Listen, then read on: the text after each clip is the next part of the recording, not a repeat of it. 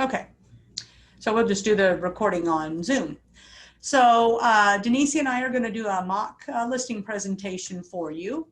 And I will get rid of that, I guess. Okay, so good morning, Denicia. Good morning, Miss Kathy. Hey, thank you so much for having me over to your beautiful home this morning. I really appreciate the opportunity to come and talk to you about helping you sell it. Great. You've come highly recommended. My girlfriend Jen speaks wonders about you. Oh, that's so great. I loved working with Janice. She was awesome. How are they doing? I haven't talked to her in a few weeks. She's doing good. She's doing good. She's still quarantined in some island somewhere, but she's okay. Yeah, what better place to be quarantined than an island, right? I know. That'd be awesome. Okay, well, I've got some information here, Denise, if it's okay, that I'd like to bring out so we can look at together. Is that okay? Sure. Awesome. Hey, well, thanks. If you don't mind, we're going to sit right here at the table. Do you mind turning on the light for me? She's really going to go turn on the light. Look at this. She's so good. So side note, folks, I don't like to sit in the living room if I can help it. And sometimes people don't turn on their lights all the time, and I can't see the papers and neither can they. So I want to make sure that we're someplace where it's well lit and we have a table in front of us so that we're able to talk. Okay, so hey, Denicia, thanks so much for giving me all your contact information. I just have a few questions for you now. So Okay. tell me where you're planning to move after you sell your home. I'm planning to go back to New York. Oh, back to New York. Wow, what's taking you there? Just family, you know, I don't know. Florida's just not for me anymore. It's too hot. It's too hot?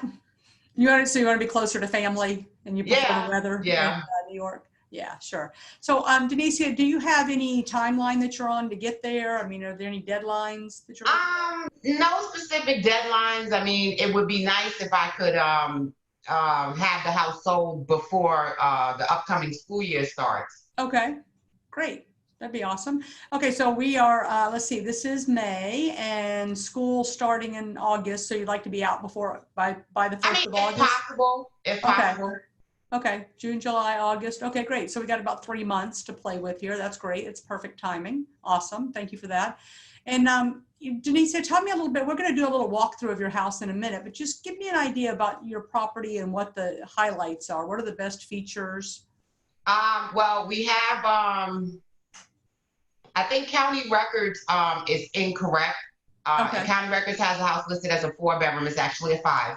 Oh, okay, great. Especially with the, some person told me something that came out in January, February that said that the bedroom didn't have to have a closet in it anymore as long as it had access to outside. I'm not sure how correct that information is, but if it is correct, then it's 5. Okay, great. Yeah, so it's on the county tax record is how the assessor, the county appraiser designates the property. And yes, you're right that for appraisal purposes now, they're not requiring a closet. That's correct. Okay, so then we would have 5 bedrooms. That's one thing that would need to be noted. We have a movie theater in the house. Okay. And we have a game room that's upstairs. Okay, great. As well as a swimming pool with a spa and ground pool. The whole yard is fenced. It's on a pie-shaped lot. Okay. You know, and the house is what, 3 years old? Wow.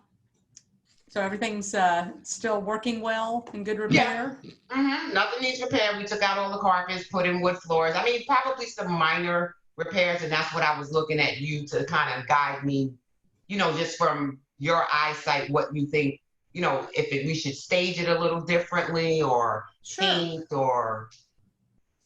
Well, that's what I'm here for, right? Yep. Yeah, that's part of our service is giving you some staging advice and helping you to prepare the home for sale so that you can get top dollar for it. So Denise, tell me, what do you think are the very best features of your home? Like what really sold you on the property when you bought it? Wasn't so much the property, it was the size of the house. I wanted something that was relatively big. My kids are young, so just enough space that we can all grow together. You know, I ran out of closet space in my old house, and I said I never want to do that again. Right. Sure, that closet space is important, isn't it? That's great. Hey, have you done any remodeling or other major repairs to the property? I know you mentioned wood floors. Yeah, we put in wood floors, we took all the carpet out, but that was done like a week after we moved in 2017, and then we added the pool. Okay. And you did add the pool yourself? No, well, I mean, the pool company. No. But I mean, the pool, you added the pool after you purchased it. Yes. Okay, perfect. Awesome. That's great. And how do you think that your home compares with other homes in the neighborhood? Well, in the neighborhood, there's only there's two other houses that are the same floor plan, but they're smaller. They didn't add in the additional structural option for the extra bonus rooms. Okay, so you've got the bonus room. Now, do that other properties that are the same floor plan, do they actually have the space for it and just wasn't built out, or they don't have the space at all? No, they have the space for it, but I think it was like a structural option when you were constructing it to add it in, and they chose not to. Okay, gotcha. Okay, perfect. Well, thank you for that. Hey, Denise, let me get a little more information specifically about you. Do you have a mortgage on the property? I do.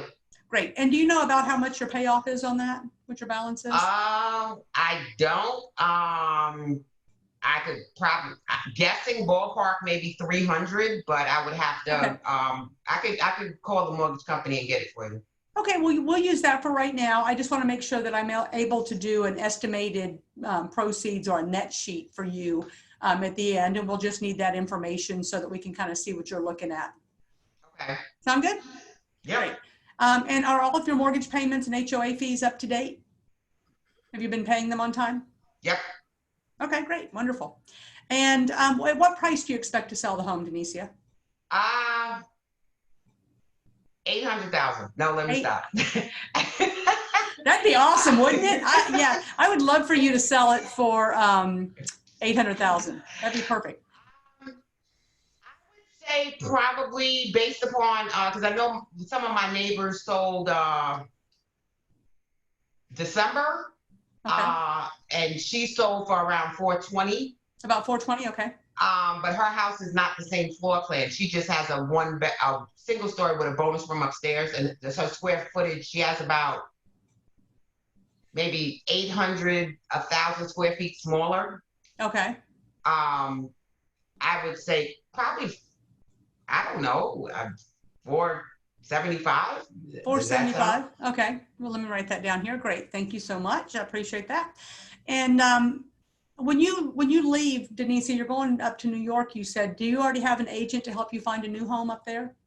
I don't. That was one of my questions to see if you knew somebody. Yeah, absolutely. You know, we've got the biggest referral network in all of real estate. So we absolutely have some great agents up there. When we get done with this, you tell me a little bit more about where exactly you think you'll be moving. And we will, I'll definitely do a search and help you find, if I know somebody, you know, already, then great. I'll let you know that. But if not, I absolutely have the referral network that I can use. And if you like, I can even interview agents for you. Okay. Help you find the right one. Sound good? Yeah. Great. Hey, and Denicia, one last question. I think you mentioned that your friend recommended me. Yeah. Right? Awesome. So I'm just going to write her name in here, and thank you very much. I always like to make sure that I thank people for recommending me to their family and friends, and so I want to reach out to her and let her know how much I appreciate that recommendation. Okay. Yeah, so, she spoke wonders about you. She said, if you want to sell that house and sell it for top dollar, call Kathy. Well, that's awesome. I love it when I get those reviews. That makes me feel good. And I hope it lets you know that you know, we've got the experience and the marketing expertise to get your home sold. Mm-hmm. Great. So, Denicia, I'm going to go. Now, have you owned other homes before? I did one in Panther Trace about 4 years ago. Okay, great. And do you remember a lot about that home selling process? It was so fast, to be honest with you. I mean, we had 2 open houses and it was gone. Okay, so it sold real quickly. Great. I mean, I remember, like, you know, the open house period thing. You couldn't be home. We had to take the dogs out the house. You know, I think it was like a 4 or 5 hour window, 11 to 4 or something like that. Okay. Well, great. Well, we'll talk a little bit more about that and the kind of marketing that we intend to do for this particular property, because sometimes it's a little different depending on the price point and the location. And also the market's a little different now than it was back then. So we're going to talk about that as well. Okay. Okay, great. Thanks. So I've got some information I want to share with you. And because you have not sold a property in the last year or two, and because you've only sold one before, if it's okay, I'm going to kind of go through this a little bit slowly. If there are things that you're like, yeah, I already know that, then feel free, let me know. Okay. We can move a little faster. I just want to make sure I don't miss anything. Okay. Great. So this is a guide to selling your home. And of course, I'm going to leave this with you so you'll be able to refer back to it later. And we're going to talk just a little bit at first about the home selling process. So the first step is representation, where you choose an agent to help you market your home and get it sold. Then the second step is to set a price. We're going to determine a listing price. So with the advice and expertise of your agent, you're going to price your home competitively. We really want to make sure that it's in the right spot out there in the market. It's very important to know what's happening in the market at the current time so that we can make sure that it's priced appropriately. We don't want to price too high and it not sell. We don't want to price too low and leave any money on the table. Okay. Prepare your home. So we talked about this a few minutes ago, that you had some things you thought you might need to do, some repairs or some maintenance items. So what we'll do after we're done talking here at the table, I'll take a walk around your house. And if it's okay with you, I'll actually walk around by myself. That will allow me to look at your home through the eyes of a buyer. You've already told me what you think are the best features and the highlights of your home. So I just kind of like to do it as if I was bringing a buyer through the house and look at the things that they might see. And then we'll talk about those items afterwards. When we get the home listed, then we'll go through and do a real thorough inspection of every room, because we want to have it ready for pictures, because that's, super important. Okay. Okay, great. Marketing, we're going to take professional photos. We always do that. They are great. We have a professional photographer. He does a great job. He takes aerial photos, especially with yours, because you have this big pie-shaped lot. So we're going to make sure that we really emphasize that and give people a good view of it. And that overhead view is going to help a lot. Okay.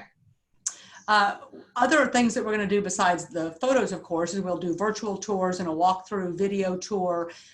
Your home will be posted on the MLS, the multiple listing service. So all agents out there will be able to see it, because they may have buyers that they'll want to bring to the property. And we'll talk kind of about that cooperative brokerage process as we go along. So it'll be on the MLS. And then we have a proprietary system called Keller Williams Listing Service. So your property will be listed in the MLS, but it's also going to go through KWLS, which allows us to syndicate your listing or publish your listing on over 750 different websites. That way we make sure we get coverage and exposure all over the internet. And I'm sure you're aware that's where most people are looking for homes. So we want to make sure we got great coverage in that area. So when it comes to showings, you mentioned this a minute ago, we will definitely give you notice. How much time do you think you'll need before allowing a customer to come in to see the home? Maybe an hour at most. Oh, I mean, well, an hour, I would say after 5 p.m. An hour after 5 p.m. So you mean showings only after 5 p.m.? No, I mean, if a showing request comes in after 5, and when the kids are home and it's crazy time, probably about an hour. You need an hour so you can get out. Okay, great. Regular business hours, 10, 15 minutes maybe. Okay, awesome. Well, that's great. And I really appreciate you being flexible on that. It's super important for buyers to be able to get in there. Most agents are going to make appointments and they're going to give you several hours or even 24 hours notice. Okay. So you'll have time to prepare. However, we do get some last minute calls, maybe especially from that buyer that's been out looking at properties and they have not been able to find the one that they're looking for, and they kind of change their parameters, and maybe they're getting ready to go back home. They've been in from out of town and they want to get in quickly. So I do always appreciate when sellers are flexible so that we can get somebody in there, especially if it's a real buyer who's has some sense of urgency. So thank you for that. I use a showing service, Denicia, and so they will contact you with showing requests. They can text you or call you or send you an email. We find that text probably people can answer the most quickly. Does that make sense for you to receive text requests? Yes. Great. All you have to do is accept or decline. If you decline, you also have the option of letting them know if there's a better time available. Okay, great. Okay, perfect. So I'm going to send you the information on the showing service so you'll have it, and you can load it into your phone so you'll know when it's them that's contacting you. Okay? Okay. Awesome. Perfect. Okay, so after your home's been marketed and you had showings, we expect that you're going to get an offer in your neighborhood at your price point probably within the first 30 days. Could be sooner. The better condition, the better the price, the sooner the offers are going to come in. So we have to keep all that in mind. When an offer does come in, you're going to have the opportunity to accept it, to reject it, or to counter that offer. And I'm here to help you negotiate that and let you know what the current market's doing and where your best position may be during that time. Okay. Great. Now, once a contract is executed, then a lot of times people watch HGTV and they think that, okay, well, you got a contract, that's great. A couple of weeks later, the buyers move in, the sellers move out, everything's wonderful. But it really takes a little bit longer than that. Generally, 30 to 45 days for a closing. And during that time, there's a lot of work being done in the background. And my job is to help coordinate all that. I kind of act as a project manager during that time. So the title company will be doing the escrow. They'll take the escrow deposit and hold that for the buyer. So the earnest money deposit, you may have heard it called different names, or good faith deposit. The buyer submits that to the title company. They hold it, and then that money is used for the buyer to go towards the buyer's costs, excuse me, at closing. But if they default on the contract, then you may be in a position to keep that deposit should that happen. We hope it doesn't. We want our contracts always to close. But that's really their money they're putting forward, saying, yes, my full intention is to complete this contract and get to closing. Okay. The title company's also they're doing title searches and lien searches. They'll be contacting your mortgage company for a payoff. They'll be contacting your HOA to get an estoppel letter from them, which is an accounting letter that just lets them know whether your dues are up to date. And the buyer will be ordering inspections. Of course, we're going to let you know that, and we're going to send you an email that's going to give you some information on what you need to do to prepare your home for the inspection. We need to make sure that everything's accessible to the inspectors. And then the appraiser will come and do an appraisal to find the value of the property. The mortgage lender is going to order that appraisal. So when that's ordered, they'll let us know, and we'll coordinate with you to make sure that the appraiser comes in. You'll be aware when the appraiser's coming to take a look. And then during the time, a lot of this is happening behind the scenes, and we'll give you notice as the deadlines come up. The responsibility on your end is really just to plan your move. Go ahead and start getting packed. Make your plans for moving forward up to New York, and just getting all that ready, changing the utilities over once you have a contract, so that they change. You will keep your utilities on until the day of closing. Then the day, that day or the day after is when we do the transition from seller to buyer. Closings right now, a lot of them are being done remotely. So even if you find a place in New York and you're already gone and living up there, we can do that closing remote. So no problem there. Do you have a title company that you prefer that you've worked with in the past? No, I'll let you, whatever you think is best, whoever, we'll go with them. Yeah, great. Well, I have a relationship with several great title companies. So what I'll do is choose one of those, if you don't mind, and then don't have a preference on that, because it's typically the seller's decision. And we'll get that all set up. And then when you go under contract, then you'll be in communication with them. Like I said, they will contact you. They'll need information about your HOA and your mortgage so they can order your payoff. Okay. Okay. Awesome. Then we get closed. Okay, so let me tell you a little bit about my marketing plan, Denicia, because that's super important, right? That's really why you're hiring me, is to market your home for sale, so that we can attract the most amount of attention from prospective buyers who are qualified and looking for a home like yours. So I have a 15-step marketing plan. And number one on my list is to price your home competitively. Because I don't know if you're aware of this or not, but price, they say, makes up about 80% of marketing. If your home is priced outside of the market, then you're not going to get any showings, and it doesn't really matter how, how beautiful it is, because your home is beautiful, and what features you have. It still has to be priced according to the current market. And what determines that? Well, you know what? We'll talk about that in just a minute, if it's okay, because I've done a comparative market analysis for you, and I've got some other information I'm going to share. Okay. Okay. So we're also, as we list your home, going to advise on staging and repairs so that we can attract more buyers and maximize your proceeds. We'll take multiple photos and create a virtual tour so we can showcase the best features of your home. Write a compelling description and create robust content to engage potential buyers. We're going to place a sign in the yard. Your community allows for sale signs, don't they? Yeah. Yeah, I thought I had seen them. Great. So we will put a sign in the yard. I'll probably put some riders on there too to attract attention, since you do have a pool and your home is beautiful. So I've got a couple of good ideas for eye catchers to try to grab those drive-by buyers. As I mentioned before, we do put your home on 750 different websites through our Keller Williams listing service. That actually syndicates out to local, national, and global sites, so that we're attracting buyers from all over. Okay. We will promote your home on social media channels. I use Facebook posts, Facebook ads, and Instagram ads. So we will get out in front of people on social media. We found that to be very successful in the last year or two. So we like to put a lot of emphasis there. We will create flyers for your property that we're going to put in your property. That'll be there in the house. You may know that back in the past, you've seen some little tubes on signs that have flyers in them so people can drive by. The truth is that nobody really grabs those anymore, unless it's just looky-loos. Most people are looking at properties on their phone, and they've got apps on their phone for home searches, and so they can just pull it right up. They don't really need the piece of paper. So we like to have a display on hand in the house, just so that buyers that are walking through can see some additional photos. Typically, the buyer's agent gives them just a copy of the customer synopsis from the MLS, and it just has one little picture on it and then all the details of the property.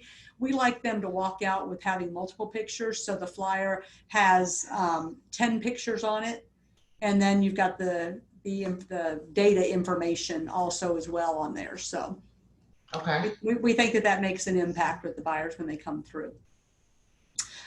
We will also be sending out just listed postcards to all of your neighbors. We find that quite often neighbors know people who may want to move into the neighborhood. So we like to send those out, let them know that it's out there. We also do some door knocking around the properties that we list. So, okay, I'm sorry, I'm going to stop for just a second. I've got somebody who keeps trying to get in, and I keep allowing her, but somehow she's not getting in. Let's see, Heidi. Oh, there she comes. I see her now. Okay, so we send out just listed notices, but we also do some door knocking around the property to let the neighbors know and see. And it allows us to proactively search for buyers for your home. I also target active real estate agents in our area who are working in your neighborhood. I go to the weekly pitch session, and that's where we pitch our listings to one another, and the buyer's agents pitch their buyer needs. And that really allows us to make some connections, sometimes even before the property gets listed. We can let them know that we've got something coming up. Now, of course, we can't show your property until it's listed on the MLS. But that will give us some people maybe waiting in the wings who are waiting for it to get up there. And yours won't take a lot of time to prep because it's so new and you've kept it in such nice, beautiful condition. I will be doing some open houses with your permission. Is that okay? You said you did open houses on the last home you sold. Yeah, I know some people, are like, I don't know if I want people coming through, but we really do find that getting more traffic in through the house, it just kind of adds to the energy. Sometimes we do get a buyer, that comes in that way. Oftentimes we get buyers from real estate agents directly, or even from the internet leads or social media ads. So we just want to use as many avenues as we can. And then I'm going to put your house on a broker open house or on the caravan tour. So we do that about every 5 weeks. We come through to your area And the real estate agents in the area, the listing agents, hold open houses that allow other agents to come in and see the property. Because even though we're going to take awesome pictures, there's nothing that beats walking into a property to see what it's really like. Okay, wow, you guys do a lot. I didn't expect all of this. Oh, well, good. Well, yeah, that's, I mean, our goal is to get your home sold, right? In the shortest amount of time with the least amount of hassle for you and to get you the most amount of money in your pocket. So Yeah, we want to do everything this we is a can. lot of stuff. Yeah, well, good. Respond to all buyer inquiries immediately. That one might sound a little funny because of course you would want to do that, right? But we do find that there are agents out there who aren't really picking up their phone. And so we will just want to make sure that you know that when we get calls on your property, that we are answering the phone, getting people in to see your property just as soon as we can with those interested buyers. And then I'm going to target active buyers and investors in my database. If I have someone that I've been working with who's looking for a home like yours, definitely going to bring them out to see it. And then updates. I'm going to give you a weekly update. One way you're going to get that is from the showing service because they're going to solicit feedback for us. And so you'll get a weekly email that tells you about all the showings that you've had and all the feedback that the agents have provided. Okay. And then we'll have strategy sessions. I would expect that in, like I said, in the first 30 days that we have an offer on your property. If we don't, then we might need to relook some things and change our strategy. So we always want to make sure that I'm staying on top of the market and keeping you informed. Sound good? Sounds great. Awesome. Okay, so let's talk a little bit about where buyers find their homes. So 80% of, or 87% of buyers work with realtors to purchase their home. 6% went directly to a builder, and 7% purchased their home in another way. Those are things like they bought it for sale by owner. They bought from a family member or friend, right? So they found another method to purchase. But as you can see, when you add these two together, 93% of the people purchase their home either with a real estate agent or directly from a builder. And we also find, and these statistics are coming from the National Association of Realtors, we also find that 95% of buyers use the internet when they're doing their home search. So that's why we put so much emphasis on social media and the internet websites, home search sites, because that's where buyers really are looking. You may even be doing this yourself. Are you looking in New York? Have you been on any website searching for homes? Zillow. Yeah, okay, so you're on there looking now too, right? And you mentioned Zillow? Yeah, so Zillow is great. I know a lot of people like using that resource. Sometimes it's not up to date. I don't know if you're aware of that or not. Once a property gets listed on Zillow, there's really no reason that they have to remove that property. So sometimes you'll see something on there and you'll think, oh, that looks like a great property. And you call your agent and they go, oh, that's not for sale. And it's just because of the way that Zillow works. What I would suggest is that you use my website. You may use it in conjunction with Zillow, but you can always go back and check and see what's actually on the market right now and the status of a property in real time. Okay, is that something you can send me? Yep, or I'm going to send you a link to it. I'm going to send you the app. It's super great, easy. Super easy to use. And I think you may even find that you like it so well that you won't even need to use Zillow. Okay, yeah, send it on over. I'll take a look at it for sure. I'll give you all the best information, yeah. So 44% of buyers began their home search online and then went and found a realtor. 93% of buyers purchased their home through a real estate agent or builder representative, which we mentioned already. And I mentioned before the KWLS, the Keller Williams listing service. That just allows us to get your property out there on 750 different websites. That includes all the big ones like Zillow, Troya, Realtor.com, Homes.com, all of the real estate company websites like mine, KellerWilliams.com, as well as Coldwell Banker, Century 21. It'll be on all their sites, on my personal website, and as you can see up here, lots more. Okay.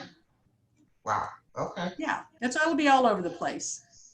Okay, caveat, skip this slide. We're not doing this anymore. We got to take that out. So Keller Williams technology And side note, this has to be updated as well because we are off of eEdge now and using Command. So we're going to come up with a new slide on this. This one hasn't been updated since last year.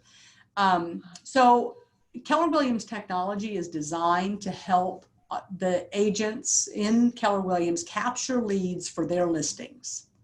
So just what you need to know is the technology is there, and that we've spent $1 billion in creating technology that supports the agents and the way that they serve their customers. So whenever inquiries come in, they come directly to the agent. In some situations, if it goes to different places, it can be funneled somewhere else. But we really feel at Keller Williams that in a philosophy called Your Listings, Your Leads, because we believe there's nobody who wants to sell that house more than the listing agent. So we want to make sure that all the leads that for potential buyers coming in on that, always going back to the agent. Of course, our consumer app is awesome. And that's what I was mentioning to you about when you're searching for a home in New York. And I'm going to send you the link for that. It's awesome. It works on all, of course, all mobile platforms. It's just got a ton of information, allows you to collaborate. So you and your husband can look at properties together. You can share with each other. You can have commentary running on it. You can share it with me. You can set up a showing through the app. It's got some great features where you can just circle the geographic area you're looking for, or you can, of course, type in the city or the neighborhood. One of the features that we have is searching by neighborhoods. As far as I know, there's no other app out there that can do that. They'll search for cities and they'll search for zip codes, but not for neighborhoods. And we have the ability to do that on this app. So it's really great. Your home here in what neighborhood? South Fork? Huh? South Fork. South Fork. Okay, good. Your home here in South Fork. Sometimes we find buyers who want to live in a specific neighborhood, so they could just search South Fork and find your home. It'd be awesome. We talked about pricing a little bit ago, and you said you thought you might list your home for $475. Is that right? Yep, somewhere around there. Okay. Well, Denise, I've done a comparative market analysis, and I'd like to show that to you now. Okay, side note, everybody, showing the comparative market analysis. And I see here, Denicia, that there are several homes on the market right now that are kind of comparable to yours. And when I say comparable, we're looking for homes that are a similar size, similar age, similar construction, similar features, and preferably in the same neighborhood, so that we're comparing apples with apples. Okay. That makes sense? We don't want to look at anything too big, too small, too old, too new, different neighborhood, different price point. We really want to keep the features the same. Now, sometimes we make an adjustment. For instance, some of the homes we're going to look at don't have pools and yours does. And so we'll make an adjustment on yours and increase the value of it, of what we think the estimated sale price will be based, because you have that pool. And as I go through your home and look at some other, the things that you've done with the wood floors and all that, I think I would, make some condition adjustments for that as well. Okay. What I want to show you here, though, is we've got several properties on the market, and you can see that there's the ones that are comparable to yours. There are some that are priced in the $470 to $490 range, and yet if you look over to the side, they've been on the market for more than 30 days, and some of them more than 90 days, and haven't sold yet. Okay, so what would that mean? Does that mean that it's priced wrong? Or? It really means that it's not priced correctly. Okay. Now, I know that there's one property on here where the condition is not very good. We can tell it's been pretty beat up. The carpet is stained. I've actually been in that house, and I got to tell you, it smells like animals. I can smell the cat pee, and it's not great. So I'm not surprised that one hasn't sold. But some of these others are pretty comparable to yours, and I'm a little concerned that if we price up where they are, that you're going to be sitting there with them. And it could be 90 days from now in August after school starts, and your house may not have sold. So what we really want to do is hone in on the true price, the true value of the home. And so we're going to talk about what we do to price right to attract buyers. So this triangle graph right here, are you guys seeing this? Okay, all right. I just realized I'm still in my PDF reader, but I just want to make sure I'm looking at the right thing. Okay, so the triangle, right here in the middle, if we price your home at the market value, then about 60% of the potential buyers who are looking for a home like yours are going to come see your house. If we price above market value, 10% above, we're going to cut that buyer pool in half. So we're going to lose out on a lot of potential buyers. And if we price the home below market value, well, of course, we'll attract more buyers, won't we? Because they'll be looking for a deal. Another graph that I really love to use, and this information, again, comes from the National Association of Realtors and the studies that they do each year, is whether or not the offer price is on target. And Denicia, this is kind of my favorite because I think of it like a bullseye. If we get your house priced correctly, if we hit the bullseye, we're going to get offers, and we're going to get them probably right away, because there are people looking for homes like yours at the right price and the right condition. So when we get it right, we're going to see them come in the door, because they're going to be out there. There's people waiting in the wings right now for new properties to come on the market. So you get kind of this flurry of activity right in the beginning. Now, if we get showings and we don't get any offers, then that's an indicator that we're probably about 4 to 5% off on the price. It's probably too high. And then if we get a low number of showings, that means the price is probably 6 to 12% off. If we get no showings at all, probably an indicator of 12 or more percent off on the price. Does that make sense? Mm-hmm. So what would you recommend then? Like, as far as... So based on yours, I looked at what the actives were, and that's your competition, right? So you have to look at what you're competing with. But I also looked at the properties that are under contract now, what we call pending, their pending contract, to see where they were priced. And then I look at the ones that have actually sold and gone to the bank, because the ones that are under contract, I can see what list price they had before they went under contract. What I don't know is the contract price. Okay. We can't see that until after it's closed. So looking at the sold data actually gives us the most accurate information. And if we look at those here, you can see that there have been 3 homes that are similar to yours, comparable, that have sold in the last 90 days.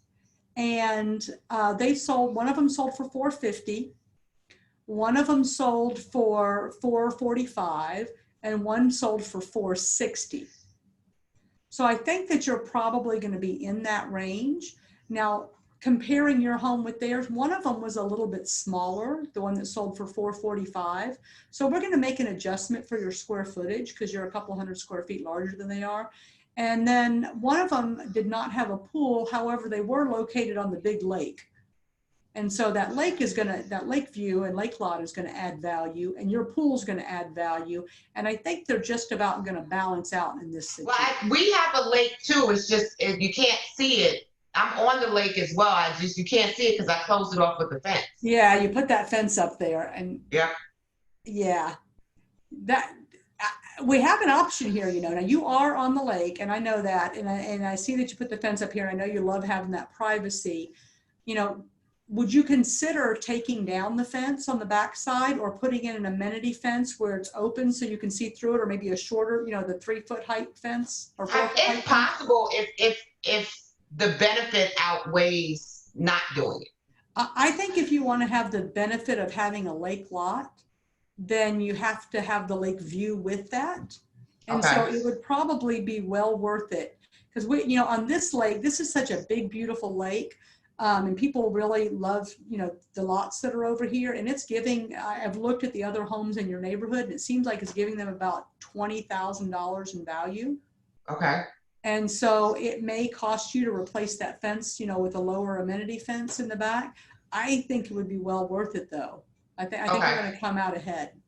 Okay. I normally don't talk to people about making, you know, doing projects that are terribly expensive, because you don't always get your money back. But in your case, I think you'd get it back 3- or 4-fold. Okay. Okay. So you're saying to do like the $450-ish list price, but what happens if, see, because what I was thinking, I heard somewhere on some website that in this market industry right now, the way things are, and they keep talking about some shift, something, I don't understand what they're talking about, but they were saying that most home sales, the buyers are asking for closing costs. Right. So could we possibly list maybe at 460 and kind of give buyer closing costs Yeah, I up actually front, think that or you may be in the 460 range if you take down that privacy fence so that you get the okay, lake view back. I think you'll be in that. I think you'll definitely be in that 460 range. So I think that's fine. And I think that you ought to list right where it's at because, like you said, this is a buyer. You know, the buyer. We're trying to shift right now from a seller's market to a buyer's market, which means we've got to be more aggressive with pricing. Pricing okay, is flattening out, and we may even see a little dip. And if we do, you don't want to be chasing that down because then you're right, always behind, right? We want to get in front of the market, not behind it. And so getting in front, you know, we looked at what those sold for. We've kind of talked about what we think yours might sell for. And I think if we can be right on target is going to be our best bet right now, or even just popping in a little below it. But I still think that I think you're a solid 460 if you replace that fence in the back. So okay, I think we should price right there. okay. That sound good? Mm-hmm. Awesome. Another thing about pricing competitively here, I already mentioned you get a lot of activity in the beginning, then the offers come in. Actually, what we've been seeing the last few years is the offers coming in before 4 to 6 weeks on the market. But I think we're going to go more back towards this range. That's why I mentioned if you don't have an offer in the first 30 days, we probably need to start looking at the pricing or the condition. But again, condition is not going to be the issue for yours. Because, you know, in reality, there's 3 things that are important when you're selling a home and that help to get it sold. Number 1 is the price. Number 2 is the condition. And number 3 is the marketing. Now, Denicia, who controls the conditioning? The I do. condition. Of course, the homeowner controls the condition. So the better condition that you can have the property, the higher price you're probably going to sell for with a quicker sale. Who controls the marketing? You do. Yeah, absolutely. That's my job. I control the marketing on the property. So I've got to do that at a really high level. And then the third thing is the price. And who controls that? Uh, I guess we both do. Well, kind of. We're going to set the list price, but really the market sets the price because we could set it at 500 if we agreed to do that, but that wouldn't be what the market would bear and we wouldn't get your home sold. So we definitely want to work with the market and within the market. And that's why I watch it all the time to make sure that I'm able to keep you updated as we go along throughout the process. Sometimes we see a little shift during marketing and we need to adjust one way or the other. And then the feedback that we get from the showings is going to help us know about the condition, if there's any issues that buyers are seeing out there. And hey, Denicia, this next page, I'm going to leave this with you. These are just common things that we tell everybody to do to get their home ready to sell. Some work that can be done on the exterior, the interior, and then getting ready for showings. And when you get ready for showings, it's super important to have all the lights on, the blinds open. And you mentioned you have dogs, so you want to have your pets secured. Okay. It's usually better, especially if are they barkers? Only one that's an intruder here. Okay, so would they consider a buyer previewing your home an intruder? Yep. Okay, so yeah, it'd be great if you could take them out of the house during Okay. showings. You can just take them for a walk, that's fine. Or throw them in the car, whatever your preference is. You can put them in the car and take them to the dog park, whatever. Denise, I just want to tell you just a little bit about Keller Williams as we wrap up here. We are part of Keller Williams Realty South Shore, and our brokerage is the #1 brokerage in the South Shore. There are no other companies that sell, I don't know why there's a band in here. There's no other companies that sell anywhere near the number of homes that we do. So you're making an excellent choice to choose us to sell your home. We're also the most productive real estate company, have the most sales in the Tampa Bay area. And because of that, we are a member of the Chadwick Group, and we have access to about 1,500 agents within our ownership group that will help us to sell your home as well. Okay. Yeah, I've always heard Keller Williams. I know the name. Yeah. So. Well, great. I'm glad you've heard of us, and you know, even better that your friend recommended me in particular. Yeah. We really just are a well-recognized and respected name in the community. Um, one of the things that I really love best about Keller Williams is our belief system. And you can see this here. It's we believe in win-win or no deal, integrity, do the right thing. Our customers always come first. We're committed in all things. We believe in strong communication and seeking first to understand, creativity, ideas before results, and teamwork. Everyone achieves more. And you'll hear me say we a lot. And it's because I have a team of agents and staff and vendors that we're all working together for one goal, and that's to help get your home sold. So I want you to know that, it's not just me working for you. I surround myself with awesome people to help get that done. The trust, we believe in trust, and that starts with honesty, and success results through people. We give back to the community. Our agents gave back $58,000 last year. And again, that's important to me. I don't know if it is for you, but this year we're supporting CARE. And so part of the proceeds from my commission on the sale of your home are going to go to support these local charities. And this year, the one where I'm making most donations is to CARE, the CARE, the Critter Adoption Rescue Effort, right here in Ruskin. Okay. I mentioned before, we have a huge referral network, so I'm going to find you an agent right up here in New York. Make sure we get that done for you. And that's the end of this presentation. Do you have any questions about it, Denicia? Any questions for me about listing your home? How much is the cost that I have to pay you? Okay, the commission? Yeah. In Florida, it is customary for the seller to pay the commission, and then that commission is, we offer a portion of it to another agent, to a buyer's agent in their brokerage when they sell your home. So the commission is, you have an agreement, a listing agreement with the brokerage. The commission is actually an agreement with to pay the brokerage.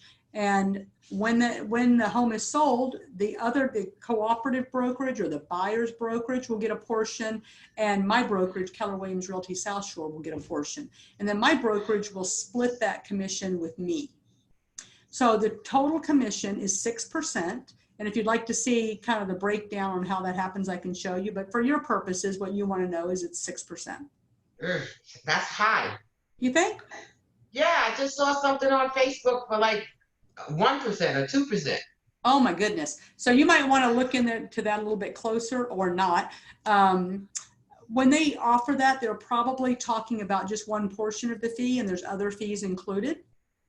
So when we offer a property for sale for, and we're offering a cooperative fee to a buyer's agent, we want to make sure that that fee is sufficient to get their attention, because they need to earn a fair living as well. So if they're taking 1%, how would they split that up? Who's getting paid? So if you've got two brokerages and two agents, and then just to let you know, on my piece of it that I get, that gets broken down again, because I have to pay for all the marketing expenses for marketing your home, as well as my business expenses, my signs and my riders, and the professional photography that we're going to do. All of that gets taken out of just my portion of it. So you wouldn't consider 5%? No.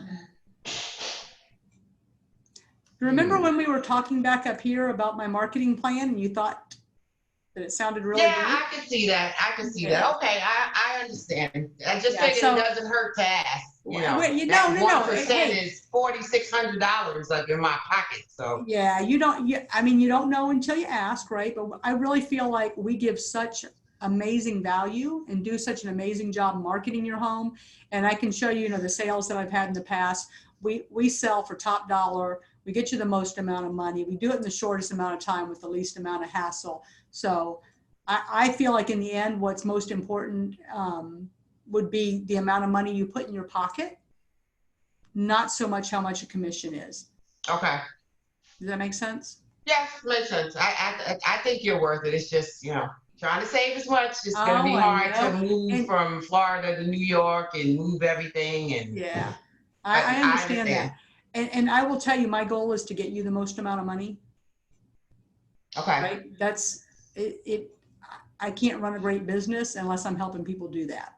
Okay. So I really want to make sure I want you to sell your home for the most amount of money possible in this market. And I want you to put the most amount in your pocket so you can move forward. So what I intend to do is to negotiate for you when you get an offer on your property at a really high level. Okay. And I don't want to give anything away. And I want to show you right now how great my negotiating skills are, so you'll understand that I'm going to fight for you. I'm going to fight for my commission now. I'm going to fight for you and for your proceeds when we get an offer that we're negotiating. Okay, great. Okay, awesome. Any other questions you have for me? No, I mean, I just don't want to entertain any low, any at list price offers, and they come asking for 3%, or I've heard 4% in closing costs. That's like a lot. Sure. Well, and we don't know what's going to come in on an offer, right, until it comes in. Right. But I will say that you'll find that some offers may not even be worth answering. They may, you may just reject them outright. However, remember that a buyer's offer is just that. It's a starting point. It's an offer. Okay. So, it opens a door. It allows us to have a conversation. And, when the time comes, we'll talk about it. We'll look at them. I've been doing this a long time. So I absolutely will help you to get through it and negotiate for you at a high level. Okay. Awesome. I trust in you. Hey, I would love to go take a look at your beautiful home. Sure. While I'm doing that, here's the listing paperwork. I'm going to let you go ahead and review it. You'll see there's a place for your initials at the bottom of each page and then your signature at the end. We'll go through some of the other documents. Is it okay if I take about 5 or 10 minutes and go take a look around while you're working on this? Absolutely. So you just want me to sign everything that's highlighted on the bottom? Yeah, sign those. And I want you to make sure that you understand what you're reading. You can ask me any questions when I come back. That's fine. This other document here is your property disclosure. And so this is just going to ask you questions about your property and the condition, because you've got to disclose anything that affects the value of the property to a potential buyer. Okay. So I'll go ahead and let you get that filled out. Sound good? Okay. Awesome. So there you go. All right. Let me get you off stop. Let me stop share. All right. What questions do we have, ladies? Hi, Zoe. Yes, ma'am, Doreen. I have a question. Hold on. Doreen, you're muted. Doreen, you're muted. Yeah. Okay, there you go. Usually sellers want feedback right after the showing. I heard you say that you wait till the weeks is over and then talk about, is it not a good idea to give the feedback right after the showing? So no, that's, I don't do that. I do both, right? And I mentioned that they would get a weekly update because I want to set some expectations of what they're going to get. I also make sure they get their feedback right away. Okay. And I have used a showing service for years just because I got too busy and I couldn't do it all myself. I know some agents like to do that. When you only have 1 or 2 listings, you probably can. But if you're doing, 8, 10, 12 listings at a time, you can't run all the feedback on that. So we let the showing service solicit the feedback from the buyer's agents, and then they release it right away to the seller. So the seller's going to get it. One of the things that I generally will tell sellers, and I did not say it in this, is that, hey, we always solicit feedback from the buyer's agents. Just to let you know, we don't always get it. We love to get it we try, multiple times to get that information, but probably 50% of the time we're getting feedback, and we're going to give that to you. Okay. And what I didn't know was that you could set showing time up to send it to the seller. I didn't know that. Yeah, they can do seller reports, and they can do an immediate feedback release, and then they also can do a weekly report. What? When the seller can confirm the appointments? Yeah, they can do that they can do that by email too, but most people don't check their email all the time, so it can take a little longer. They may not catch the showing, so that's why I prefer the text option. Okay, I didn't know you could do any of that. Yeah. Okay. Yep, you can do. There's a lot of different variations in there. Yes, ma'am, Doreen. And my other question was about the app. When she told you I use Zillow, you get pretty much that 100% of the times. Sure. I'm not that savvy with our app, so I Okay. usually say realtor.com is more accurate, especially they're looking elsewhere away from here. You Yep. know, like she's looking in New York. Will she still go to your app too? Sure. I mean, she can. I've done it with South Carolina and all that. Yeah. So yeah. have you, so the Zillow is the #1 app used by, home search app used by consumers. Realtor.com is #2. Sometimes they go back and forth. Realtor.com used to be #1, now it's #2. Realtor.com comes directly from the MLS, so it will be accurate. Zillow has no reason to be accurate. Correct. Because they're just trying to get leads to send to agents who are paying for leads. So they don't really care if their information's accurate or not. They're just trying to get people to click on the, I want more information. Our app comes, the information comes directly from the MLS, so it's always accurate. What I would suggest is just get in there and play with it, because you know they updated it earlier this year in February, so it's new. Get in there and play and see. It used to be that if a person was searching in an area outside of your area where you sell real estate, then it would be the lead. If they clicked on something and it was a lead, it would be sent to an agent in the area where they're looking. So like, even if you went to Las Vegas, excuse me, and we're looking to see what homes were worth there, it would send a link to somebody in a lead to somebody in Las Vegas. The new app doesn't do that. It doesn't matter where they're looking, it's going to link to you as long as you have it branded to you. Okay. So I would suggest just play with it and see. Okay. Zoe had a question. Let's see real quick. So how would you respond to concerns about allowing people into the home during the health situation? Zoe, that's a great question. So we have, excuse me, now I'm coughing. We have guidelines that people can use. We still want to follow all of the CDC guidelines, right? We want people to wear masks if they feel like they need to wear masks. If our sellers want people to wear masks, we'll do that. Having hand sanitizer available, gloves if they want. We're doing a lot of virtual showings, but people are starting to get out and about now, and the restrictions are easing. So there, you can create guidelines that you can give to a buyer's agent that would state what the seller's preferences are about people coming in and out. There's also the Florida form. They've got a couple of different COVID disclosures. And I don't even have any water to clear my throat with. I'm so sorry. But there's some COVID disclosures and you can find them in DocuSign in the Florida forms. And so I would use one of those if your sellers have concerns. I can't say it's 100%, but I really feel like by the end of May that we're going to sort of be off. People will still be taking some precautions, but we're not going to be under such, we're already phasing out of some of the restrictions. So I really feel like it's going to be out there. Now, we always want to keep our customers' health #1 and their preferences in mind when we're doing stuff. So that's what I would do, Zoe. Does that help? Cindy, did you have any questions or comments? Well, I did, and it kind of went along with what Doreen was asking. My question was about the app. Okay. How it works when they're searching in another state. Mm-hmm. How does it connect to that state's MLS or to a Keller? I don't understand how all of that works. Awesome. So Keller Williams bought a company called Smarter Agent, and it has access to all MLSs. And so it pulls all the data for us. Okay. I did not know that. I didn't know we could use it to search out of state. Yes, ma'am. Good. Well, that's great. Yeah. So where do you find the Smarter Agent? You don't need Smarter Agent. It's just what works behind the scenes. You just use the Keller Williams app.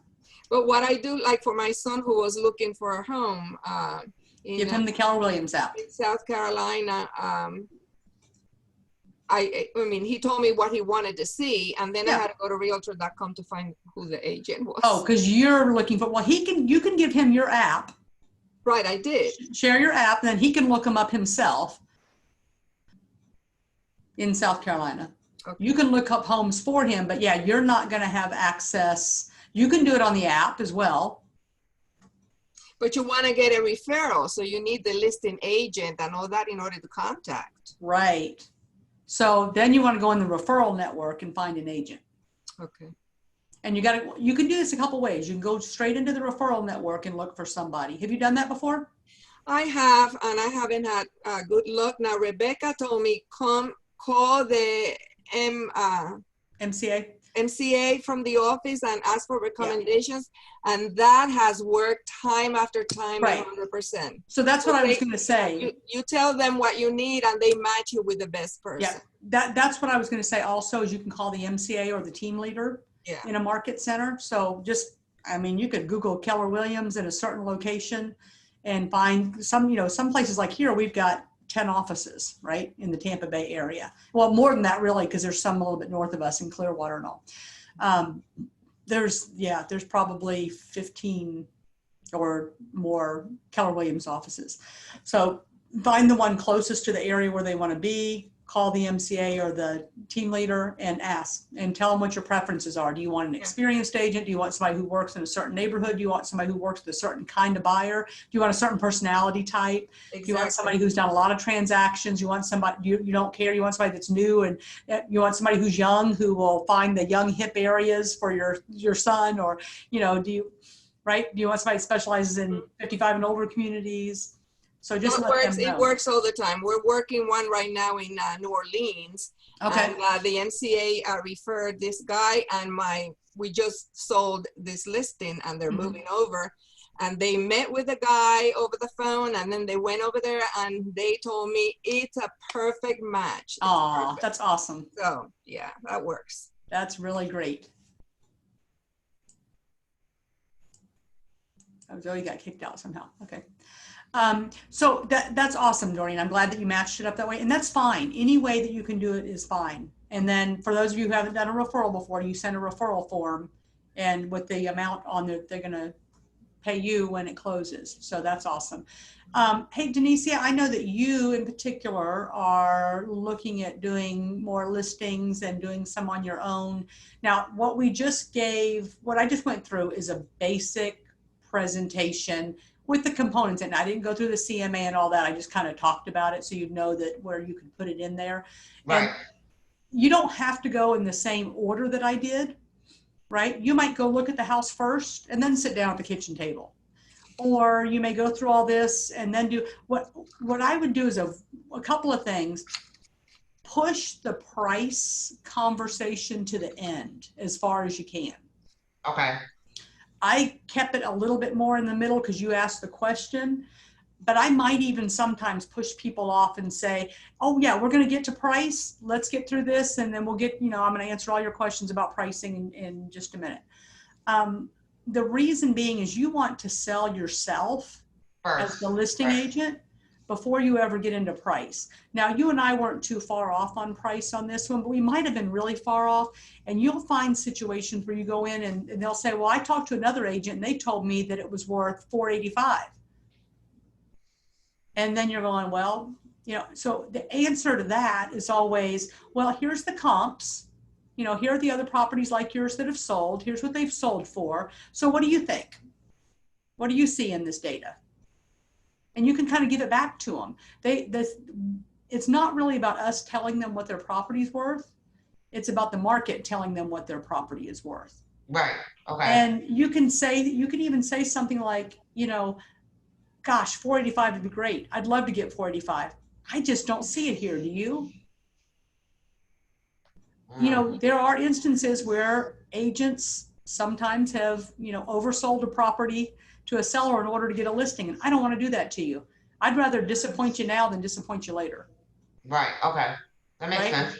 I'm here to show you the data and interpret it. I don't make it up. I don't make up the market. I just interpret it. Okay. Yes, ma'am, Cindy.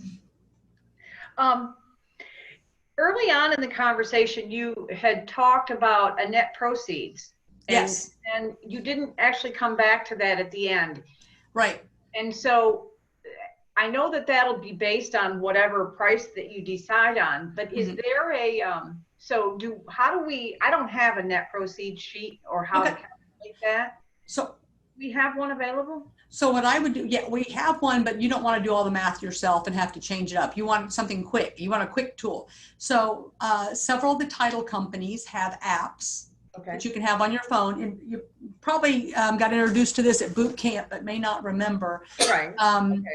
The two that I know off the top of my head are the one for Hillsborough Title and the one for Fidelity National Title. Okay. They're both the same app branded to the company, right?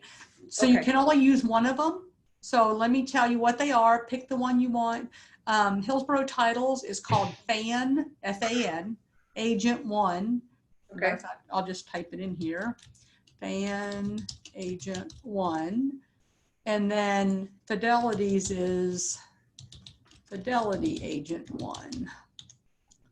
So either one of those, for FAN, you're I'm gonna do these in the same order. I should have done it at the same time, but I didn't. It's gonna ask you for the marketing rep. For FAN, that's Hillsborough Title. It's gonna be Marie Combs. And for Fidelity, it's gonna be Heather Whitaker. They're just gonna ask you to put in the name of the rep. Now, when you do that, it's gonna give you the app. It's super easy to use. The first time you may not know what goes in there, so you have to play with it a little bit, but it's got a buyer net sheet and a seller net sheet. Oh, great. You just click on the right tab and you're gonna put in the purchase price and all that. And remember, I do these usually before I go on an appointment, because then it'll be, you have it all ready to go. And if you get there and you say, oh my gosh, this home is in worse condition than I thought, or it's in better condition than I thought, you can always adjust it, and you can do it right there on your phone while you're sitting there. And you can email it to them directly from your phone. And you also bring the comps with you to the I do. to the I list. do. This was just the kind of the basic presentation. Mhm. But I also bring, that's what I was going to ask you guys to tell me what else you think you might want to bring. So you're going to bring some kind of presentation like this. You're going to bring your questionnaire so you can take some notes, ask them some questions. You want to bring the comps for them, do the comparative market analysis. So if I've already run the comps and I have an idea, a rough idea, then I go and do this Fidelity app or the FAN Agent app, and I do that prior too.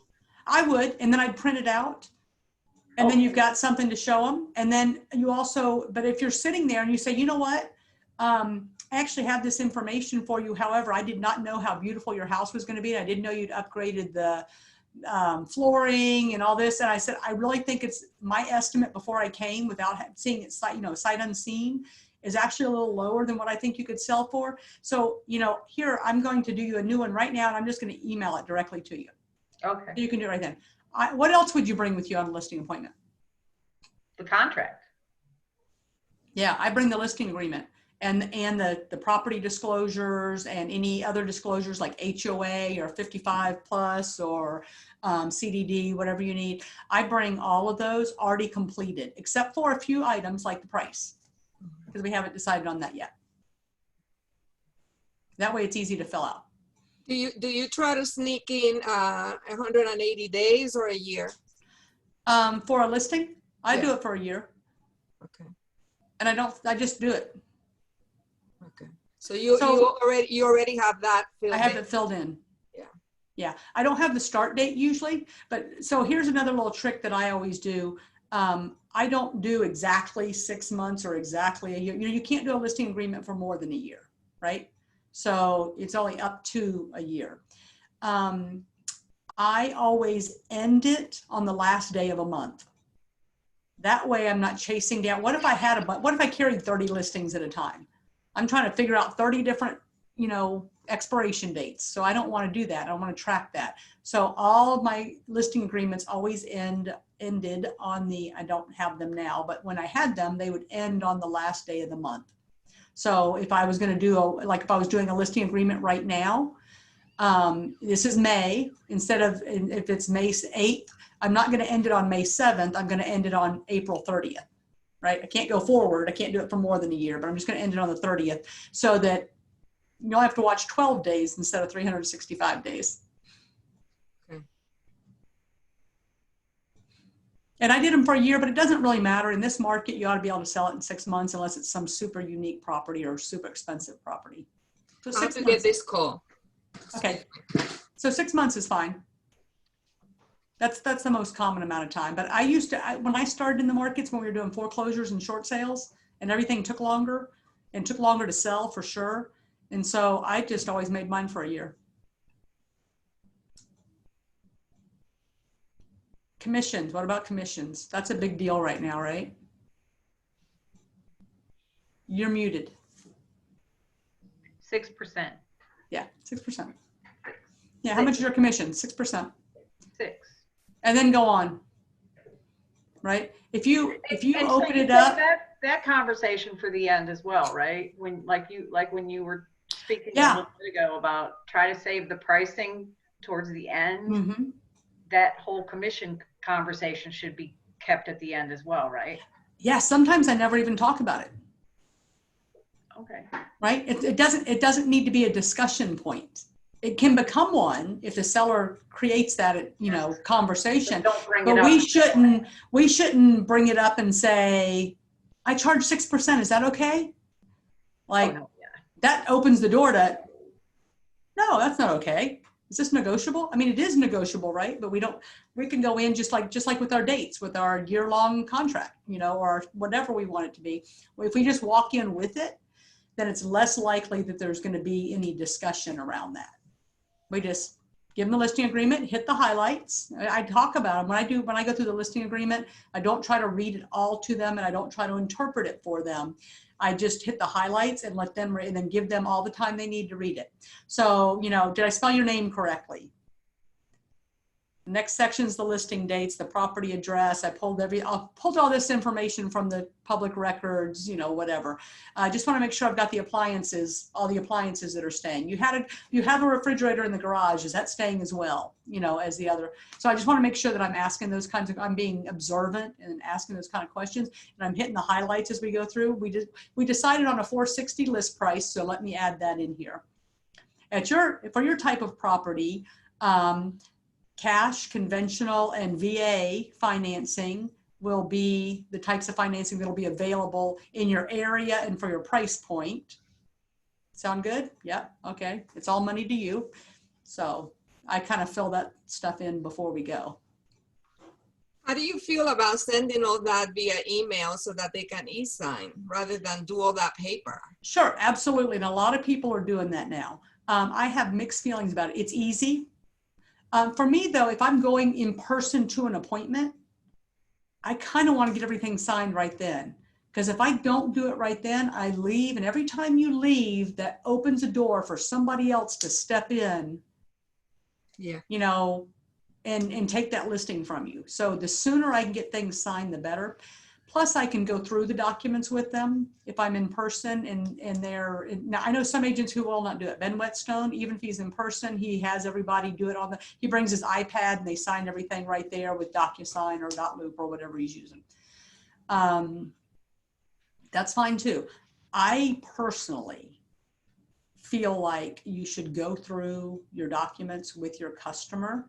Mm-hmm. And I feel like if you're using electronic signing, that you can't do that because you're just sending it to them most of the time, and they're looking at it and they're not reading it. They're going click, click, click, click, click, and they're clicking through and they're signing it as they click, which they're not really reading. And then later on there's a question and they're like, well, I didn't know that blah, blah, blah, blah. And it's like, well, you signed it, but I don't really want to be the smart aleck that's saying that, right? I want to have hit at least the highlights of all the areas in the contract with them. Okay. That's my personal preference, right? There's nothing wrong with doing the electronic signing, and nothing wrong with doing it, in person on paper, in person with electronic signing, emailing, whatever. Any of it's fine. Anything else? I think so, but thank you. This was very informative. Good. Well, you know, they're all a little different. And again, I mentioned I'm always a little weird on Zoom because I'm not sitting there looking at one person, you know, and having a sit down conversation with them. But thank you for playing along, Denicia. I appreciate that very much. Thank you for having me, Ms. Cat. So if anybody ever has any questions, let me know. This listing presentation, I think Buff already has it in our Google Drive where you can access different documents. If it will be updated, because I noticed a few things as we went along, because I haven't looked at it in a little bit since I haven't been teaching that part of boot camp in the last since we started the new year. So we'll have to get the we'll change up a couple of those pages. And you don't have to use this listing presentation, of course. You can use your own. There's one in Command that you can use and customize for yourself, and it's very fresh and contemporary looking. So you know that's definitely something worth looking at. Doreen, if you have any trouble with the consumer app, when you're playing around with it, let me know and we'll kind of look at it together and see what we can do. I went on the Google page that you guys sent me, but I didn't see that buyer presentation from the other day. It wasn't there. Okay. I will check and see myself when we get off, and I'll make sure it's on there. Okay. Awesome. Because I need one today. Oh, good. Well, I'll do that right now. Thank you. Thank you. Okay. All good? Okay. Yes, you're awesome. Thank you. Bye. Bye.